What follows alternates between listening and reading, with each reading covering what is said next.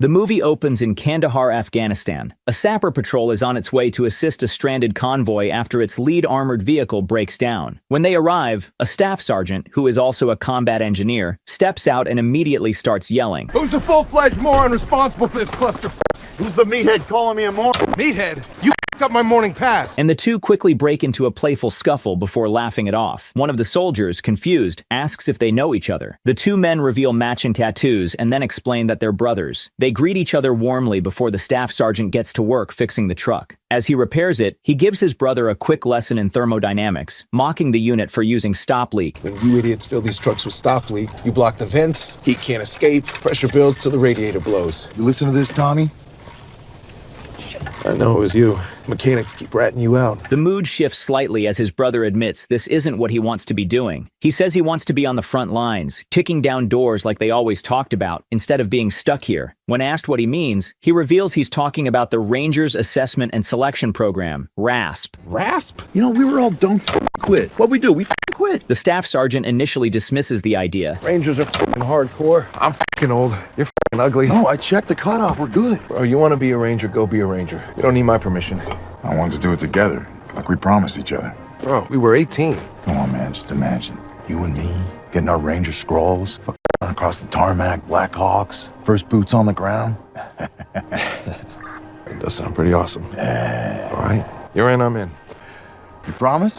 Always. While the staff sergeant walks back to his truck, the Taliban launches an attack on the convoy. A mortar hits his brother's truck. More mortars rain down. In the chaos, the staff sergeant tries to reach his brother, but another explosion knocks him to the ground. Moments later, he regains consciousness and realizes a piece of shrapnel is lodged in his knee. He pulls it out and, despite the pain, limps toward the wreckage. When he gets there, he finds that everyone is dead. Finally, he reaches his brother, who is barely clinging to life. Then, he jolts awake on a bus. It's now 2 years later, and the staff sergeant is on his way to Ranger training camp in Colorado. Before getting off the bus, he takes medication for PTSD. Once they arrive, the candidates are marched into an induction hall, where they are ordered to surrender their personal belongings. They're told they will no longer be addressed by name, but by assigned numbers. One by one, the candidates receive their numbers. A drill sergeant notices that one of them is already a technical sergeant and assigns him as a team leader. As an E6, you'll be assigned team leader. State your consent. Yes, Sergeant. You're now number 7.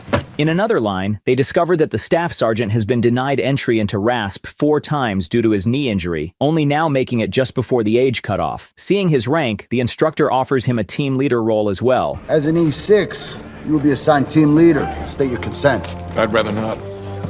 You are now number 81. After this, Sergeant Major Sheridan addresses the group. He explains that Army Rangers are the spearhead of the U.S. Army, the first boots on the ground, and that the success of missions, and even the fate of the nation and its allies, often rests on them. He tells them they are about to undergo 8 weeks of one of the toughest selection programs in the world, where their physical strength, mental endurance, and emotional resilience will be pushed to the limit. Each week, candidates will be eliminated. Only those who make it to the final stage will face the ultimate test, a brutal 24-hour death march. Those who complete it and cross the finish line will earn the highly coveted Ranger Scroll. With that, the program officially begins. Rangers lead the way! All the way! In the first week, the candidates are thrown into intense obstacle courses, and anyone who can't keep up is quickly eliminated. 27, 29, step forward. Pack your bags, you are non-select. The grueling training continues over the next 3 weeks, with even harsher obstacles and exhausting drills. At the end of each week, those who fail to meet the standard are sent home. 146, 148, 149. Step forward. Pack your bags, you are non-select. Now, only 4 weeks remain. During one of the long runs, Candidate 15 starts talking, saying that if they make it into the regiment, they'll gain access to top secret information. And you'll know what I'm talking about too. I'm talking Area 51. I'm talking moon landings. I'm talking Tupac. The others quickly dismiss him, and 44, who previously worked with the Department of Defense, shuts him down. I was DOD. I had the clearance. Saying she had clearance, and there's no hidden secret waiting for them. Meanwhile, 81 keeps to himself. He breaks away from the group and quietly completes his lop at his own pace, leaving everyone far behind. Where's everyone else, candidate? Behind me, Sarge. On his way back, as he passes the others, 15 jokingly tells him to slow down. Hey, slow down, Superman. Making the rest of us look bad. Later, during lunch, 81 sits alone, eating in silence and avoiding conversation. Another week of training begins, introducing even tougher obstacle courses and hand-to-hand combat drills, both of which 81 handles with ease. During rifle training, a sergeant asks who among them has been deployed. He questions a few candidates but isn't impressed, openly mocking their experiences. 19 Kilo M1 Abrams crewman, sergeant. Hot damn, a tanker. Maybe you can valet my Lambo. Where'd you serve, 109? Fort Benning, Sergeant, basic AIT and airborne. Honor grad, top of the class. Deployments candidate, not potty training. What about you, 81? 12 Bravo, combat engineer, 213th CSSB. Who are you supporting, Sapper? 3rd Brigade, 10th Mountain Division, Spartans. This time, the sergeant is impressed. All right. And the other candidates turn to look at him with new respect. Later at lunch, 44 shares 81's story with the group, how he was repairing a stranded convoy when the Taliban attacked, wiping out the entire unit, leaving him as the sole survivor. Candidate 60 adds that 81 was awarded a Silver Star for his actions. At the same time, news plays in the background, reporting that NASA has discovered a massive interstellar object entering the solar system. Although it's expected to pass close to Earth, officials insist there's no cause for concern. Back at the table, 15 is still in disbelief about 81's Silver Star. You telling me that guy won a silver f***ing star? That's what I heard. 44 explains that after the attack, 81 carried his brother nearly 10 miles back to base. Hey, 81, is it true what happened in Kandahar? 15. I just want to know if he's a hero or not. Who the f talking in the DFAC? Don't tell me that was you, 15. You looking to recycle again? It was me. Bullshit. Extra hill climb. Everyone, thank 15. The following week brings even more intense training. During one exercise, a Cadre member asks each candidate why they're there. Most give the expected answer, that they want to join an elite unit. But when it's 81's turn, 81! Why are you here? To cross that finish line. that night, 7 notices 81 quietly taking medication for PTSD. The next morning, during another long run, the candidates are given a brief 30-second break. 7 spots the tattoo on 81's arm and correctly guesses its meaning. DFQ? Don't quit, right? How'd you know that? Lucky guess. The following week introduces breaching and assault drills, which trigger painful memories for 81. That night, he is haunted by nightmares of the attack in Afghanistan, jolting awake just as a sergeant storms in, ordering everyone up and announcing that the final week has begun. The next challenge takes place in a pool. The candidates must walk underwater while carrying heavy weights. Many surface early, unable to continue, but 81 pushes himself forward, refusing to quit. As he struggles, flashes of the past flood his mind. The explosion, his brother's injuries, and the desperate attempt to carry him back to base. The memory overwhelms him. His body finally gives out, and he loses consciousness underwater. The instructors quickly pull him out and perform CPR, bringing him back. Sapper, you are officially one crazy motherfucker. From a distance, Sergeant Major Sheridan and First Sergeant Torres watch the incident unfold. Sheridan concludes that 81 has become a liability and decides it's time to speak with him. Soon after, 81 sits in the waiting area outside Sheridan's office. A news report plays on the TV, revealing that the asteroid passing near Earth is now beginning to show signs of disintegration. He is then called in. Inside the office, Sheridan tells him that he and Torres have decided it would be best for him to retire from the program. 81 refuses immediately and asks on what grounds. Torres explains that while his physical performance is undeniable, they're concerned about his mental state. He isolates himself, doesn't sleep properly, refuses leadership roles, and struggles to connect with others. Sheridan adds that what he went through in Afghanistan would break most people, and many would take time off to recover and seek therapy. But instead, 81 applied for RASP almost immediately after being discharged. 81 simply repeats that he just wants to cross the finish line. That finish line is a starting line. Sheridan acknowledges his potential, but warns him that if they remove him from the program, he'll never be allowed to return. He places a voluntary withdrawal form on the table and urges him to sign it. You're an engineer, so you know even the most powerful machines have their limits. But 81 refuses. He says he still has a parade to prepare for. That answer frustrates Sheridan, who angrily orders him out of the office. Shortly after, it's time for eliminations. Torres begins calling out numbers, and 81 hears his own. He assumes he's being cut, but Torres says, Step forward. I'm sorry to say to those of you who did not step forward, pack your bags, you are non-select. Instead, those called are the candidates who have made it to the final stage, the death march. Only a handful remain. Next, Torres briefs the candidates on the final mission, which will be a full simulation. A classified aircraft has supposedly been shot down behind enemy lines, and the Rangers are tasked with carrying out a reconnaissance and rescue operation. Their objective is to locate the crash site and destroy the aircraft before it falls into enemy hands. They will be inserted deep into hostile territory by 2 Black Hawk helicopters. From there, they must navigate through the mountains to reach the downed aircraft. After that, their next objective is to locate and rescue the pilot, who is being held in a nearby village. Torres explains that their rifles will only fire blanks, and the Cadre can ambush them at any time during the mission. The team will also be issued a single VHF radio to send regular situation reports. Torres and Sheridan have already decided to run the final challenge for 81. Now, Torres announces, Team Leader 7, you're now 2IC, and your new team leader will be 81. The group reacts with mixed emotions. Great. It's your finish line. Torres reminds them that they have just 24 hours to complete the mission, rescue the pilot, return to base, and cross the finish line. With that, the death march officially begins. You still think this is a good idea? Wants to be a Ranger. He's gonna have to leave. The team boards 2 Blackhawks, which transport them deep into the Rocky Mountains. As they fly over dense forests, they spot a private quarry below. One of the Cadre warns them that if they come across it on foot, it means they've gone completely off course. After abseiling down, the team regroups and begins moving through the forest. When 81 asks for direction, 57 studies the map and determines that their target is about 20 clicks west. 81 sets a timer and simply informs the team how much time they have left. Nothing more. Dude, that was awesome. For real. I mean, that was like some Braveheart shit right there. That was inspiring stuff. Seeing this, 7 steps in and asks for permission to address the team. He gives a short motivational talk, reminding everyone that they're there for a reason and that their goal is to earn the Ranger Scroll together. Rangers lead the way? All the way! 81 nods in agreement, and they continue moving. They climb a rocky mountain and eventually reach the top as evening fades into night. Candidate 111, who is handling the radio, sends regular situation reports back to the Cadre. Afterward, 7 suggests they take a short rest, pointing out that the Cadre are likely waiting near the river to ambush them. Resting now could give them an advantage. 81 agrees, allowing only a 20-minute break. While resting, 7 tries to ask 81 a personal question. Hey, 81. I mean to talk to you, man. Is it about the mission?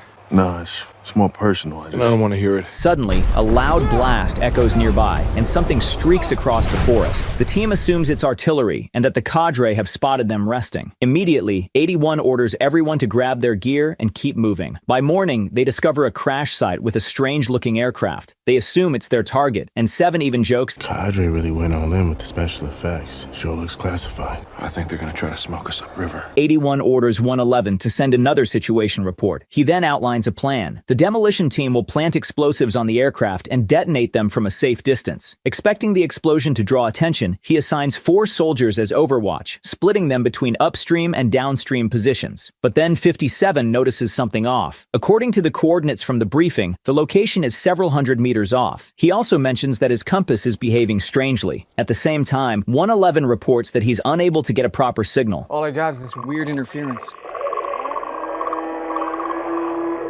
They assume it's part of the simulation and proceed anyway. As everyone moves into position, 81 suddenly notices a faint glint of light in the distance. He quietly signals to 7 that he's going to check it out and disappears into the woods. Meanwhile, the demolition team sets the explosives. Moments later, 81 discovers what appears to be the real target and realizes something is very wrong. He immediately turns and runs back to warn the team, but he's too late. The explosives detonate, rocking the area, but to everyone's shock, the blast doesn't even leave a scratch on the aircraft. Didn't even leave a dent. Suddenly, the object powers up. What they thought was a crashed aircraft rises into the air. It emits a blue scanning beam that sweeps across the area, then shifts to red as it locks onto the soldiers and opens fire. Chaos erupts. Before they can react, several soldiers are killed. 81 rushes in, shoving 44 out of the way and shouting for everyone to run. The surviving team members scatter into the forest as the machine continues firing at them. They sprint until they reach the edge of a steep hill, a dead end. The machine launches an explosive at them. The blast sends them tumbling down the slope, leaving several badly injured. When they finally hit the bottom, 57 is impaled on a tree branch. Pushing through the pain, 81 gets up and sees his team scattered and broken. He resets his dislocated fingers and immediately begins helping the wounded. He calms down down 109, who is panicking, and directs him to assist with 57. Together, they carefully free him from the branch. Then 81 rushes over to 7, whose leg is badly injured, and applies a tourniquet to stop the bleeding. The survivors are shaken, trying to process what just happened. 81 asks about the demolition team. They're gone, man. They're f***ing gone. They also realize that 111, who is carrying the radio, has been killed. 7 points out that without the radio, they can't call for help. 81 decides to go back and retrieve it. Carefully moving through the wreckage, he finds 111, but he's dead, and the radio is completely destroyed. Just then, 81 notices a wounded soldier crawling nearby. He starts moving toward him, but the machine suddenly reappears. It scans the soldier and instantly kills him. Realizing the danger, 81 retreats and rushes back to regroup with the remaining members of his team. Despite their efforts, 57 doesn't make it and dies on the spot. 81 urgently warns the team that they need to move. The machine is tracking them and actively hunting them. He also confirms 111 is dead and the radio is destroyed. With no way to call for help, staying put means certain death. Without wasting time, they secure ropes along the cliff and begin lowering themselves down one by one. To help with the injured 7, Candidate 6 volunteers to stay behind and carefully lower him, urging 81 to go down first and receive him. As 6 slowly lowers 7, 81 suddenly notices his compass spinning wildly, an immediate sign that the machine is close. Moments later, it appears. The machine opens fire, killing 6 instantly. 7 crashes hard onto the ground below. The machine moves to the edge of the cliff and scans the area while the remaining team members try to stay hidden at the base. Unfortunately, 7's leg is exposed and the machine detects it. It opens fire again, forcing the team to break cover and run into the forest. When it can't get a clear shot, it launches explosives. The bombs detonate around them, killing and injuring more soldiers. After hours of moving through the forest, the remaining survivors finally stop to rest. It could be the Russians or the Chinese. The Russians don't have the budget for that kind of tech. Chinese just copy us. 81 decides to reset the exposed bone in 7's leg, but as he places his hands on the injury, the sight of blood triggers a panic response, sending him back to the moment his brother was dying in Afghanistan. 7 steadies him, assuring him that he can do it. 81 asks 109 for morphine, but when he checks, the vials are shattered. God damn! With no other option, 7 tells him to do it without anesthesia. Just do it. Come on. Do it. 81 steels himself and snaps the bone back into place. 7 immediately passes out from the pain. What's happened to him? Is he dead? Blacked out from the pain. Afterward, 81 dresses the wound and secures 7 into a body carrier so they can continue moving. As they regroup, 15 starts speculating that the machine must be some kind of advanced weapon, possibly a secret DARPA experiment, and that they've been turned into test subjects. 44 quickly shuts him down, insisting there's no way their own government would do something like that. But 15 pushes back, questioning why they were sent directly to the machine's location. This time, 81 steps in. He reveals that the coordinates they followed were wrong. Earlier, he spotted what he believes is the actual crash site, an old jet far from where they are now. Just like 57 suspected, their location was off. He explains that the machine is likely generating a powerful magnetic field, which is why their compasses now function whenever it's nearby. 81 concludes that their best chance of survival is to reach the village located about 80 clicks west, where the Cadre are supposed to be stationed. You want to cross that terrain? I hate to break it to you, man, but look around. No more death marches, no more rasps, no finish line. And no shit. No comms, no flares, no firearms. Cadres are closest help. So they lift 7 and keep moving. About an hour later, they reach a fast-moving river that blocks their path. To cross it, 81 decides they'll use their ropes to create a zip line. They tie the ropes together, and 81 volunteers to swim across and secure the line on the other side. Before jumping in, he tells 109 to monitor the compass for any sign of the machine's approach. He then asks 44 to manage the rope and give him some slack, knowing the current will be strong. He dives in and begins swimming against the current. It's a brutal struggle. The force of the water keeps pushing him sideways, and at one point, he disappears beneath the surface. The rope goes slack, and for a moment, the team thinks he's been swept away. But then, he emerges on the other side. He quickly secures the rope to a tree, and the team anchors their end as well, successfully setting up the zip line. 15 goes first, attaching himself and securing 7 to the line. He begins pulling both of them across, but halfway through, 7 gets stuck where the ropes are knotted together. As 15 tries to fix it, he accidentally unclips 7's safety strap. With no time to waste, 81 climbs onto the rope and makes his way across to help. 44 does the same from the other side, while the others hold the rope steady, including 109. Who is supposed to be watching the compass. I got it! Pull him up! Come on! Then the machine returns. It opens fire, throwing the team into chaos. The soldiers lose their grip and fall into the raging river below. The current immediately sweeps them away as the machine steps into the water and continues firing. 81's rope snags on a rock, but he manages to cut himself free just before the machine can crush him.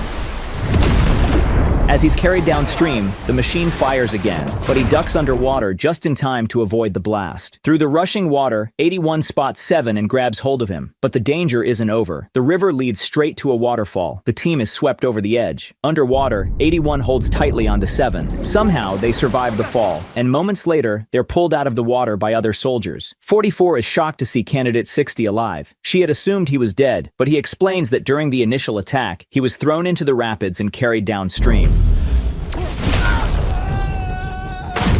He decided to head toward the village and ended up spotting them as they went over the waterfall. He also reveals something important. He saw the mission plans in Torres' office, and what was originally set up for them was nothing more than a simulated exercise with fireworks and booby traps. Then he points them in the direction of the village. Suddenly, birds scatter into the sky near the waterfall. 81 immediately recognizes the danger and orders everyone to move. They push forward, climbing through rough mountain terrain and deeper into thick forest. Suddenly, 81 spots a tripwire. He carefully traces it and discovers it's connected to a flare. 60 suggests it must have been set by the Cadre. A short while later, they arrive at the supposed village, but what they find is devastating. The entire place has been burned to the ground. 44 notices the destroyed radio tower. 60, frustrated, shouts that the Cadre must have abandoned them. But 44 quickly shuts that down when she spots charred human remains. As they take it all in, 81 notices something unusual. A large clearing cuts down the mountain in a straight path. He asks how high they've climbed, and after 44 gives him an estimate, he pieces it together. The machine crashed through the village and continued all the way to the location where they first encountered it. You're telling me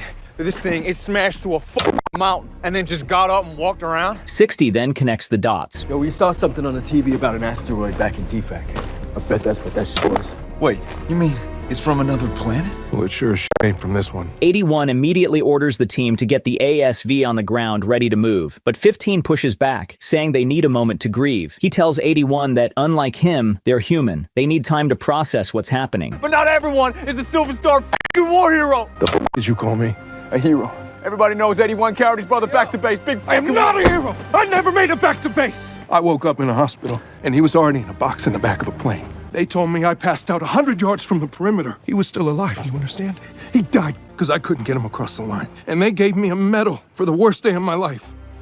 He steadies himself and tells the team that he understands they're hurting, but right now, their priority is getting 7 back to base and warning everyone about the machine. With renewed focus, they move to repair a damaged ASV lodged in place. 81 takes charge, giving instructions. When the vehicle fails to start, he explains it's likely because it's been sitting at an angle. And on an angle, so the fuel line's dry. We need to reprime the line. How'd you know that? 91 Bravo, wheel mechanic. Working together, they manage to get the engine running and free the vehicle. 81 finally loosens up and compliments 15. Nice work, Superman.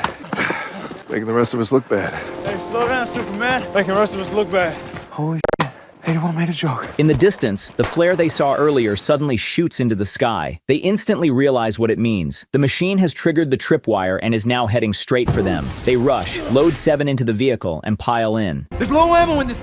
I think I saw something back there. We don't have time. 15! As 15 grabs the ammo, the machine appears. He tries to run back, but before he can reach the truck, the machine opens fire and kills him. The ammunition, however, makes it into the vehicle. 44 slams on the accelerator and speeds off just as the machine begins firing at them. They quickly load the ammo and return fire, but the bullets bounce harmlessly off the machine's surface. It's doing nothing. The truck takes heavy damage as the machine continues its assault. Then, suddenly, it stops chasing them and instead launches a barrage of explosives. Incoming! Detonations erupt all around them. 44 struggles to keep control of the vehicle as it tears through the forest. She nearly loses control, but manages to steer them out into an open valley. For a brief moment, they think they've escaped, but they're wrong. The machine was waiting. It suddenly appears above them on a ridge, then launches itself down the slope, landing directly in their path.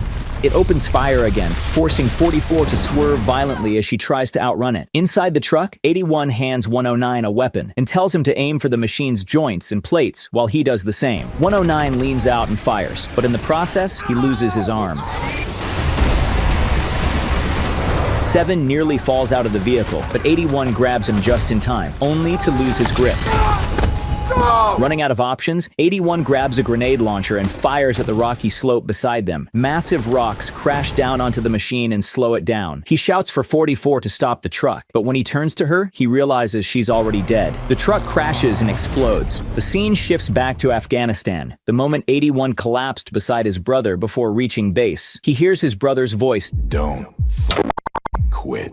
Then he jolts awake in the present. Dazed and injured, he slowly makes his way across the wreckage. Around him lie the burned remains of his teammates, their bodies barely recognizable. He moves toward the pile of rocks where the machine was buried and starts clearing them, only to find fragments. Then he spots it, the rest of the machine still active, emitting signals as if communicating with something far beyond Earth. What the hell are you talking to? A few feet away, he sees Seven, still alive. As he approaches him, the remaining ammo starts exploding, drawing the machine's attention. It begins scanning the area again, slowly closing in. 81 drags Seven away, trying to get him to safety. Rain begins to pour, turning the ground into slippery mud, making every step harder. Still, 81 keeps going. Exhausted and overwhelmed, he finally collapses, screaming in pain and frustration. Then his watch beeps. The 24-hour window is over. He has failed the mission. Moments later, Seven regains consciousness. Weakly, he tells 81 that he recognized him the moment he saw him on the bus. Years ago, during air assault training, he knew a loud-mouthed private who had the same tattoo, 81's brother. You wouldn't shut up about becoming a ranger with you. Why didn't you tell me? I tried. DFQ, don't quit, right? How'd you know that? Lucky guess.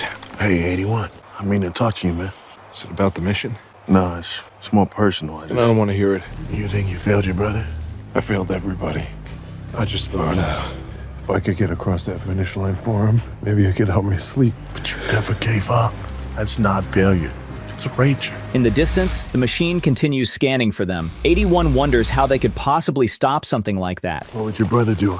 Probably fill it with stop leak. They both laugh, and then it clicks. 81 suddenly realizes something. The machine has a venting system. It's venting. An idea forms. He spots the quarry in the distance and tells Seven to stay put, promising he'll come back for him. Then he sets off. He reaches the quarry and makes his way inside, where he finds explosives, lighting controls, and the system that feeds rocks into the cone crusher.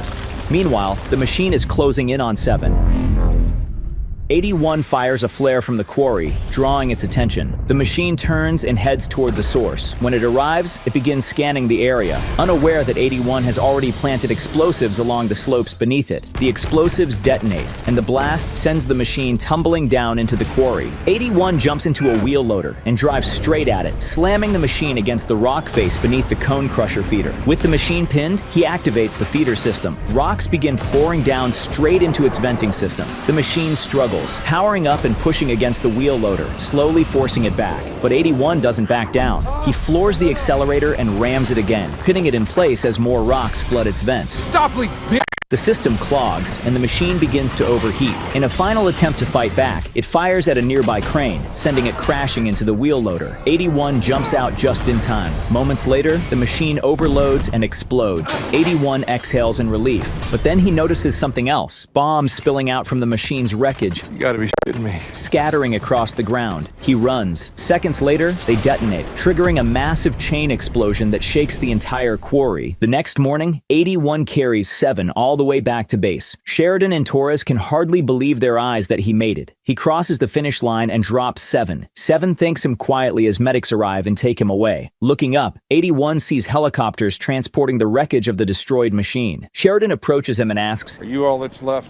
Sheridan apologizes for not reaching them in time, explaining that they've lost multiple bases and that this is one of the few they've managed to secure. How many are there? They're everywhere. We've neutralized the first wave, but we're preparing for a global invasion. As a medic tends to 81, a news report confirms the terrifying truth. NASA reveals that the asteroid has split into countless pods, now scattered across the globe. Each pod has transformed into a deadly machine, attacking civilians and military bases worldwide. Interstellar imaging now shows that tens of thousands more are on the way, and governments across the world are launching a coordinated global response to defend Earth. Later, 81 is summoned. Sheridan admits that the machines are not easy to kill, and asks how he managed to destroy one without any weapons. Like you said, Sergeant Major, Every machine has its limits. You're an engineer, so you know even the most powerful machines have their limits. 81 explains that if you block its primary venting system, the entire machine overheats and collapses. Sheridan orders everyone to saddle up and move out. Your intel's gonna save a lot of lives. You were right, Sergeant Major.